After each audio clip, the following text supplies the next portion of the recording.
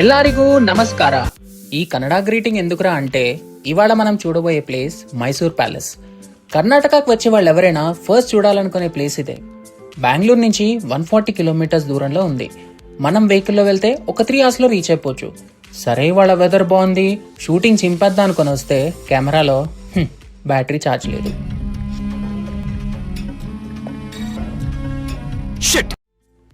సరే ఇంకా చేసేదేం లేక ఫోన్తోనే మేనేజ్ చేద్దామని స్టార్ట్ చేశా.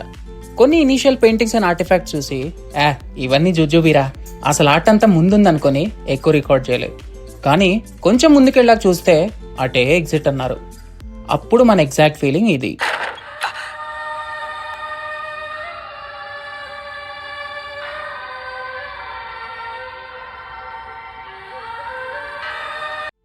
నేను 10 years బ్యాక్ వచ్చినప్పుడు ప్యాలెస్లో విజిటర్స్కి చాలా సెక్షన్స్కి యాక్సెస్ ఉండేది. బట్ ఇప్పుడు సెక్యూరిటీ రీజన్స్ వల్ల ఆ సెక్షన్స్ అన్ని బ్లాక్ చేసేశారు. సరే ఇంకేం చేస్తానులని ప్యాలెస్ బయట అంతా ఒక రౌండ్ వేసేసి అసలు ఈ ప్యాలెస్ హిస్టరీ అంతా చదువుతున్నా.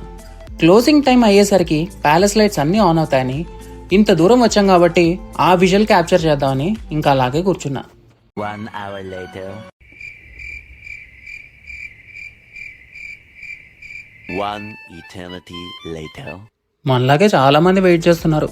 ఇంకెప్పటికి వెలుగుతారా బాబు అనుకున్నప్పుడు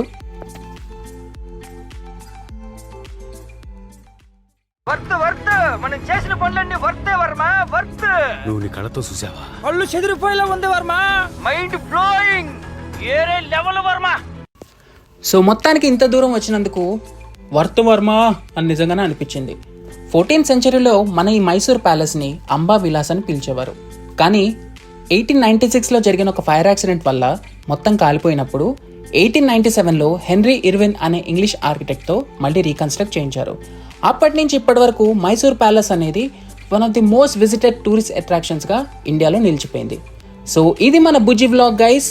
మీకు ఎలా అనిపించిందో కమెంట్ చేయండి, లైక్ చేయండి, మీ ఫ్రెండ్స్ అండ్ ఫ్యామిలీకి షేర్ చేయండి. And do not forget to subscribe to Sandy Sanchari.